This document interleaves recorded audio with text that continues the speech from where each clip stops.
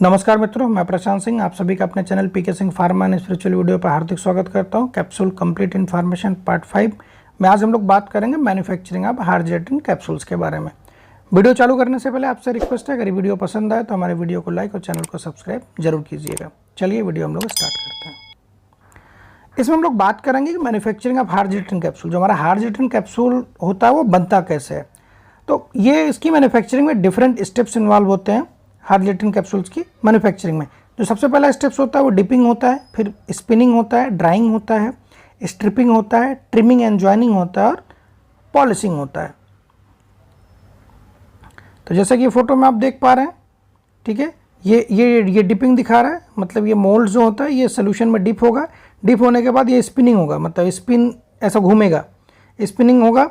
Spinning के बाद फिर ये ड्राई होगा, ड्राई होने के बाद फिर ये स्ट्रिपिंग होगा। स्ट्रिपिंग होगा यहाँ पे स्ट्रिपिंग हुई। स्ट्रिपिंग के बाद फिर ये, ठीक है, कटिंग होगा। कटिंग के बाद फिर ये ज्वाइनिंग होंगे, उसके बाद ये पॉलिशिंग होगा। तो ये सारी जो स्टेप्स रहती हैं ये हमारी एम्प्टी हार्ट जेलेटिन कैप्सूल्स की मैन्युफैक्चरिंग में इन्वॉल्व रहेंगी।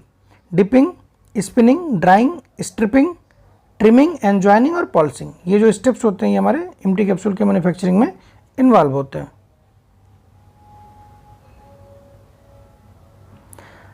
अब ये फोटो से के थ्रू से आप समझ सकते हैं, ये जो फिगर दिया गया है, सबसे पहले मटेरियल का इंस्पेक्शन हुआ, इसके बाद जिलेटिन को मिल्ट किया, इसके बाद कलर का ब्लेंडिंग हुआ, इसमें जो कलर चाहिए वो हमने मिलाया, ठीक है। इसके बाद ये कैप्सूल का प्रोडक्शन, ठीक है, कटिंग हो गया, ज्वाइनिंग हो गई, प्रिंटिंग हुई, इंस्पेक्शन हुआ, टेस्टिंग हुई और ये कैप्सूल की पैकिंग हो गई। तो एक रफ आइडिया इस फिगर के थ्रू मिल जाएगा। अब अगर हम लोग स्टेप्स की बात करें तो कौन कौन से स्टेप्स इन्वॉल्व होते हैं एम्प्टी हार्ट जेलेटिन कैप्सूल्स की मैन्युफैक्चरिंग में। तो सबसे पहला जो स्टेप होता है वो प्रिपरेशन ऑफ जेलेटिन सोल्यूशन, ठीक है, डिपिंग सोल्यूशन, जिसमें से कि हमारा मोल्ड जो होता है वो डिप होता है। तो क्या होता है, ये कंसनट्रेटेड सोल्यूशन होता है जेलेटिन का, जिसको कि हम लोग बनाते हैं, ठीक है।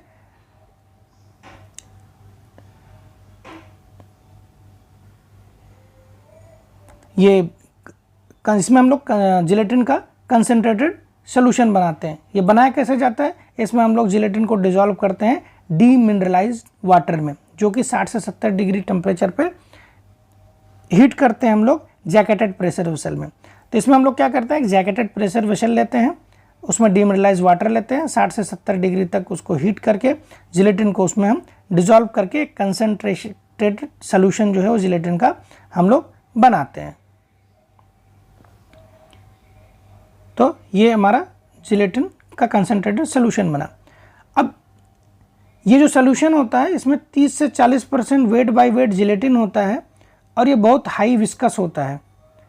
तो ये क्या हो सकता है, जिससे कि ये बबल का जनरेशन कर सकता है, जो कि रिजल्ट क्या, अगर बबल बनेगा तो क्या होगा, इसमें एयर इंट्रैपमेंट हो सकती है, ठीक है, एयर जो होती है इसमें इंट्रैप हो सकती है। तो अब क्या करेंगे हम, अगर हमको एयर इंट्रैपमेंट को हटाना है या बबल्स की फॉर्मेशन को रोकना है, ठीक है, अगर ये बबल फॉर्मेशन या एयर इंट्रैपमेंट रहेगा तो ये कैप्सूल की मैन्युफैक्चरिंग को भी इम्पैक्ट करेगा, ठीक है। अब ये अगर एयर बबल को रिमूव करने के लिए हम लोग क्या करते हैं, इसमें वैक्यूम अप्लाइड करते हैं सोल्यूशन में, ठीक है। अब जो वैक्यूम अप्लाई करने का जो ड्यूरेशन है वो डिपेंड करता है कि आपका बैच साइज कितना है। जो हमारा बबल्स बन रहा है उसको हमको रिमूव करने के लिए इसमें हम लोग वैक्यूम अप्लाई करते हैं, और वैक्यूम एप्लीकेशन की ड्यूरेशन डिपेंड करती है कि आपका बैच साइज कितना है। इसके बाद हम लोग क्या करते हैं, कलरेंट्स और पिगमेंट्स को इसमें ऐड करते हैं, जिससे कि हमको फाइनल कैप्सूल का जो डिजायर्ड है वो अपीयरेंस हमको मिले। इस स्टेज पे हम लोग क्या करते हैं, जो कि हमारा और भी एडिटिव्स हैं वो हम लोग इसमें ऐड करते हैं, जैसे कि सोडियम लॉरेल सल्फेट जो कि सर्फेक्टेंट है, ठीक है, वो भी हम लोग इसमें ऐड करते हैं, जो कि सरफेस टेंशन को रिड्यूस करता है। अब इसके बाद क्या करते हैं, हम लोग सोल्यूशन की विस्कोसिटी को मेजर करते हैं और सोल्यूशन की विस्कोसिटी को एडजस्ट करते हैं। कैसे एडजस्ट करेंगे, इसमें हम लोग हार्ड डीमिनरलाइज्ड वाटर जो है वो ऐड करेंगे और डिजायर्ड विस्कोसिटी को अचीव करते हैं। हम लोगों ने क्या किया, एक जैकेटेड प्रेशर वेसल में डीमिनरलाइज्ड वाटर लिया, उसमें जिलेटिन को 60 से 70 डिग्री टेम्परेचर पर डिसॉल्व किया। इसमें 30 से 40% जिलेटिन होता है। जिससे कि चांसेस हैं कि बबल एयर इंट्रैपमेंट काज करें। एयर इंट्रैपमेंट को रिमूव करने के लिए हम लोग इसमें वैक्यूम को अप्लाई करते हैं, जो वैक्यूम का ड्यूरेशन है वो डिपेंड करता है। इसके बाद हम लोग इसमें कलर या पिगमेंट्स को ऐड करते हैं, ठीक है, वो जो जिससे कि हमारा फाइनल कैप्सूल का जो सेट कार्ड या अपीयरेंस है वो मैच हो जाए। इसके अदर एडिटिव्स जैसे सोडियम लॉरेल सल्फेट ये सब भी ऐड करते हैं। और फाइनली हम लोग इसकी विस्कोसिटी को मेंटेन करते हैं, जो कि हमारी डिजायर्ड विस्कोसिटी है। वो कैसे मेंटेन करते हैं, इसमें हम लोग हॉट डिमिनरलाइज वाटर ऐड करते हैं विस्कोसिटी को अटेन करने के लिए, जो हमारा डिजायर्ड विस्कोसिटी है उसको मेंटेन करने के लिए। अब जो हमारा विस्कोसिटी है वो जिलेटिन सोल्यूशन का बहुत ही क्रिटिकल पैरामीटर है। ये क्या करता है, ये मैन्युफैक्चरिंग प्रोसेस को अफेक्ट करता है और मेजर रोल प्ले करता है सेल की वॉल थिकनेस में। जो हमारा विस्कोसिटी है वो क्रिटिकल पैरामीटर है, जो कि हमारा प्रोडक्शन को अफेक्ट करेगा और सेल की हार्ड जिलेटिन सेल के वॉल की थिकनेस को भी इम्पैक्ट करेगा। अब इसके बाद क्या होगा, हमारा बन गया जिलेटिन, बन गया, हमारा विस्कोसिटी अटेन हो गई, सब कुछ हो गया। इसके बाद इसका फिजिकल केमिकल को माइक्रोबायोलॉजिकल टेस्टिंग होगी। इसके बाद जिलेटिन जो है वो कैप्सूल के प्रोडक्शन के लिए रिलीज होगा। अब जो हमारा जिलेटिन रिलीज हो गया, रिलीज होने के बाद इसको हम लोग ट्रांसफर करेंगे, टेम्परेचर कंट्रोल टैंक्स में इसको हम लोग ट्रांसफर करेंगे। इसके बाद हम लोग इसको मशीन पे ले जाएंगे जी, ठीक है, जिससे कि हम आगे का कैप्सूल का मैन्युफैक्चरिंग स्टार्ट कर सकें। और बाद में ले जाके इसको हम लोग टैंक को जो होता है, ठीक है, यहाँ से हमारा कंटिन्यूस जो होता है वो सोल्यूशन जो है वो डिपिंग डिशेस, जो हमारी डिपिंग डिशेस रहेंगी वहाँ से सोल्यूशन हमारा ट्रांसफर होता रहता है। अब अगला जो स्टेप है वो क्या है, अब हमने क्या किया, फर्स्ट स्टेप में जिलेटिन का सोल्यूशन बना लिया और उसको मशीन पे हमने ट्रांसफर कर दिया आफ्टर रिलीज। दूसरा क्या है, dip coating the gelatin solution on the moulds or pin dipping. अब जो हमारी मशीन होती है उसमें क्या होता है, स्टेनलेस स्टील के मोल्ड्स होते हैं, पिंस होती हैं, ठीक है, और ये जो पिंस होती हैं ये जिलेटिन का जो हमारा सोल्यूशन होगा उसमें ये डिप होती हैं, ठीक है, ये उसमें हमारा क्या होगा, डिप होंगी। हमारा जो जिलेटिन एसएस का जो मोल्ड्स होगा वो हमारा एक्वस जो जिलेटिन सोल्यूशन होगा वो उसमें डिप होंगी, जो कि नियर अबाउट हम लोग 50 degree centigrade jacketed heated pan उसमें मेंटेन रखते हैं, 50 डिग्री सेंटीग्रेड। जो हमारा एक्वस जिलेटिन का सोल्यूशन का टेम्परेचर होगा वो 50 डिग्री सेंटीग्रेड होगा, उसको हम लोग मेंटेन करते हैं। अब जो हमारा टेम्परेचर होगा, जो मोल्ड्स का जो होगा, जो हमारा मोल्ड का जो टेम्परेचर होता है वो होता है जिलेटिन सोल्यूशन के टेम्परेचर से कम होता है। जो हमारा मोल्ड होगा, एसएस का जो मोल्ड्स होगा उसका जो टेम्परेचर होता है जिलेटिन सोल्यूशन के टेम्परेचर से उसका टेम्परेचर कम होगा। क्यों? क्योंकि जिलेटिन सोल्यूशन का हमारा टेम्परेचर 50 डिग्री सेंटीग्रेड है। तो इस केस में क्या होगा, जिलेटिन जो होता है वो थिन लेयर या फिल्म फॉर्म करेगा मोल्ड्स पे। अब डिप हुआ तो हमारा जिलेटिन जो है वो हॉट है, 50 डिग्री सेंटीग्रेड टेम्परेचर रहता है, उसके कंपैरिजन में जो मोल्ड्स रहते हैं उनका टेम्परेचर कम रहेगा। तो उसका टेम्परेचर कम रहेगा तो क्या करेगा, मोल्ड्स के ऊपर जिलेटिन जो है थिन फिल्म या एक लेयर बना लेगा। अब ये जो हमारा मोल्ड्स होता है पिन, ये ऐसे अरेंज होती हैं कि कैप और बॉडी, ठीक है, एक साइड में हमारा कैप फॉर्म होगी, दूसरे साइड में हमारा, ठीक है, एक ऐसे डिजाइन की जाती है, एक साइड में मेरी कैप बनेगी और दूसरी साइड में मेरी बॉडी बनेगी, अपोजिट डायरेक्शन में, इधर कैप बनेगी और उधर मेरी बॉडी बनेगी। साइमल्टेनियसली ये काम चलता रहेगा, कैप बॉडी बनती रहेंगी।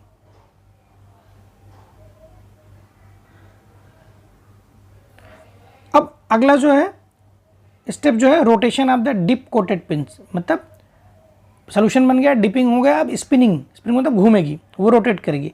अब जैसे जिलेटिन का थिन लेयर मेरा फॉर्म हो गया तो हमारे जो मोल्ड होगी, तो मोल्ड क्या होगा, वो रिमूव होगी वहाँ से जिलेटिन सोल्यूशन से और रोटेट करेगी, घूमेगी कई बार, सेवरल टाइम्स जो है वो घूमेगी, ठीक है। जिससे घूमेगी तो क्या होगा, हमारा जो जिलेटिन सोल्यूशन होगा अराउंड मोल्ड का इवन डिस्ट्रीब्यूट होगा, मतलब वहाँ डिप से वो बाहर आई, वो घूमेगी तो हमारा जो जिलेटिन का सोल्यूशन होगा, जो लेयर बनेगी वो यूनिफॉर्म हो जाएगी, वो इवनली डिस्ट्रीब्यूट होगी, ठीक है।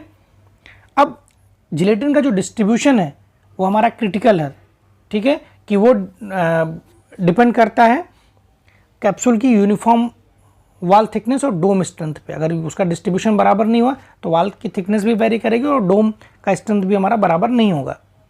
अगला जो स्टेप है drying of the gelatin coated pin. अब जिलेटिन जैसे ही डिप हुआ, वहाँ से निकला, इवनली डिस्ट्रीब्यूट हुआ। अब डिस्ट्रीब्यूट होने के बाद क्या होगा, जिलेटिन जो है वो ड्राई होगा। ड्राई कैसे होगा? इसको हम लोग कूल एयर के ब्लास्ट में, मतलब पूरा कूल एयर के अंडर में हम लोग इसको ये पूरा एक ट्रैक होता है, उसमें ये ट्रांसफ़र होगी, जिससे कि हमारा सेल जो होगा वो हार्ड होगा, मोल्ड पे जो हमारा जो लेयर है वो हार्ड हो जाएगी। ठीक है, ड्राइंग में क्या करते हैं, इसको ब्लास्ट ऑफ कूल एयर में पास करते हैं, जिससे कि हमारा जो जिलेटिन का सोल्यूशन मोल्ड्स पे वो हार्ड हो जाएगा। अब इसके बाद क्या होगा, इस ड्राइंग के प्रोसेस में कई बार ये फोल्ड्स होता है, बहुत काफ़ी समय तक ये जो हमारा मोल्ड्स हैं ये ट्रांसफ़र होती रहेंगी ड्राइंग जोन में।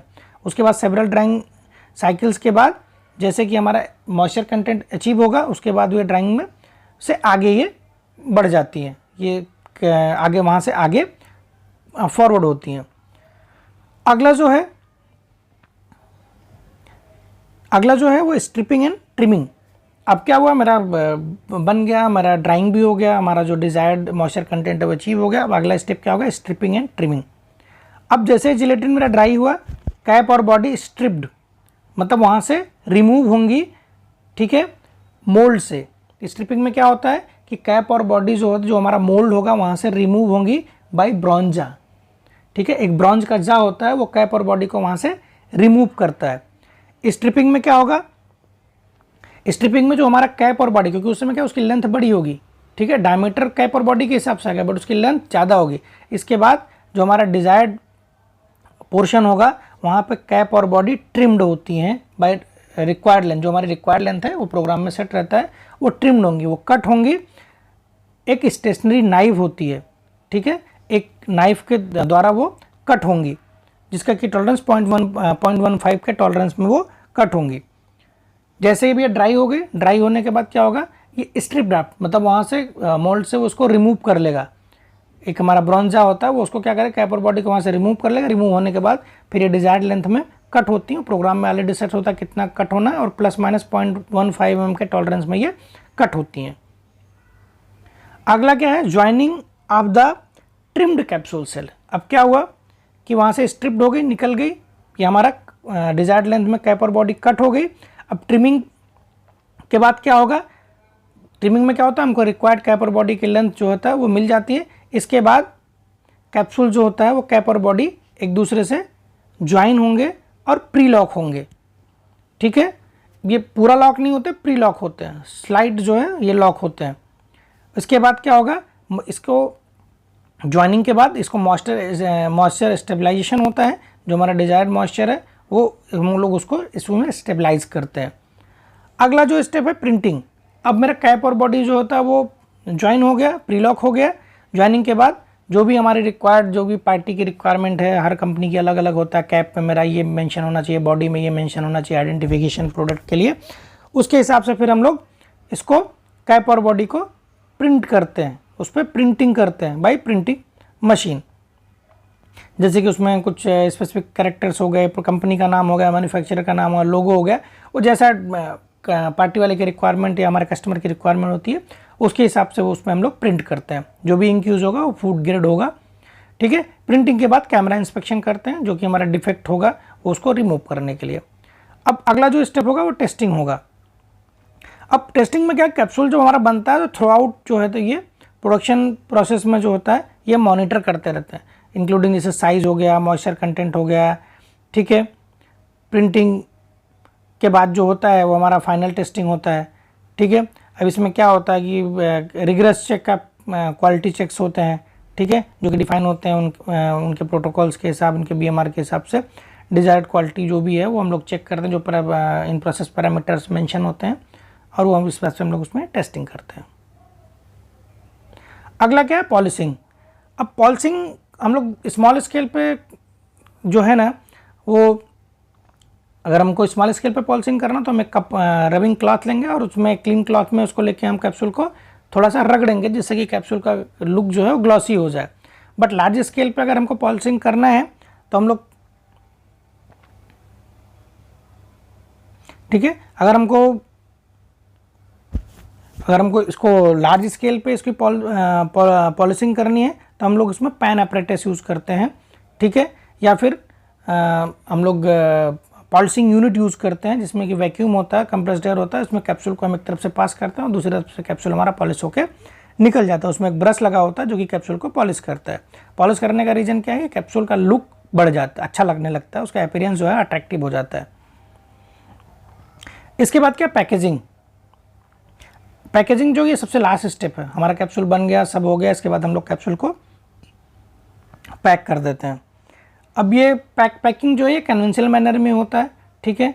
वो डिफरेंट कंपनी के मेथड्स होते हैं, उनको कैसे पैक करना है, ठीक है। अब इनको पैकिंग ऐसे करनी है जैसे कि हम वो इजी टू हैंडल होता है। जैसे नॉर्मली क्या होता है, बड़े बड़े एयर टाइट्स पैकेट्स में या फिर पॉलीबैग्स में कैप्सूल्स आते हैं, नॉर्मली 2 लाख 2.5 लाख का उसमें लॉट साइज़ होता है। वो डिपेंड करता है कैप्सूल के साइज़ और कैप्सूल के साइज़ के ऊपर। उसके बाद वो कॉटन होता है, उसके ऊपर उस पर बैच नंबर होता है, बहुत सारी चीज़ें उसमें डिटेल मेंशन होती हैं, अकॉर्डिंगली हम लोग उसको पैक करते हैं। अब कैप्सूल का स्टोरेज बड़ा इंपॉर्टेंट है, क्योंकि कैप्सूल को स्पेशल स्टोरेज कंडीशन की ज़रूरत होती है। जैसे कि इसमें मैंने आपको पहले भी बताया कि इसमें 13 से 16% का मॉइस्चर होता है। बट ये जो मॉइस्चर होता है ना, ये माइक्रोबियल ग्रोथ को प्रमोट नहीं करता, क्योंकि क्या होता है, ये जो वाटर होता है ये बहुत स्ट्रॉन्ग बॉन्ड के साथ हमारा जिलेटिन से अटैच होता है, जिससे कि ये इसको माइक्रोबियल ग्रोथ को प्रमोट नहीं करता। अगर मेरा मॉइस्चर 12% से कम होगा तो कैप्सूल मेरा ब्रिटिल हो जाएगा। अगर मॉइस्चर 18% से ज़्यादा हो तो कैप्सूल मेरा सॉफ्ट हो जाएगा, डी-शेप हो जाएगा। अब नॉर्मली 40 से 60% RH जो होता है वो हम ड्यूरिंग हैंडलिंग जो है या फिर स्टोरिंग ऑफ कैप्सूल, अगर मुझे कैप्सूल को स्टोर करना है, हैंडल करना, तो उस स्पेसिफिक RH का रिक्वायरमेंट है, तो नॉर्मली 40 से 60% RH होना चाहिए। तो इस वीडियो में हम लोगों ने बात किया कि ये एम्प्टी कैप्सूल की मैन्युफैक्चरिंग कैसे होती है, उसके स्टेप्स क्या हैं, जैसे डिपिंग हो गया, पिनिंग हो गया, ठीक है, उसके बाद स्ट्रिपिंग हो गया, ज्वाइनिंग हो गया, डिफरेंट स्टेप्स के बारे में हम लोगों पॉलिशिंग, पैकेजिंग, टेस्टिंग, बहुत सारे जो स्टेप्स थे उनके बारे में हम लोगों ने बात की। तो अगला जो वीडियो आएगा वो capsule complete information part 6 hard gelatin capsule से रिलेटेड रहेगा। इसमें types of capsule filling machine के बारे में हम लोग बात करेंगे। उम्मीद करता हूँ वीडियो आपको पसंद आया होगा। अगर ये वीडियो पसंद आया तो मेरे वीडियो को लाइक और चैनल को सब्सक्राइब जरूर कीजिए। Thank you very much.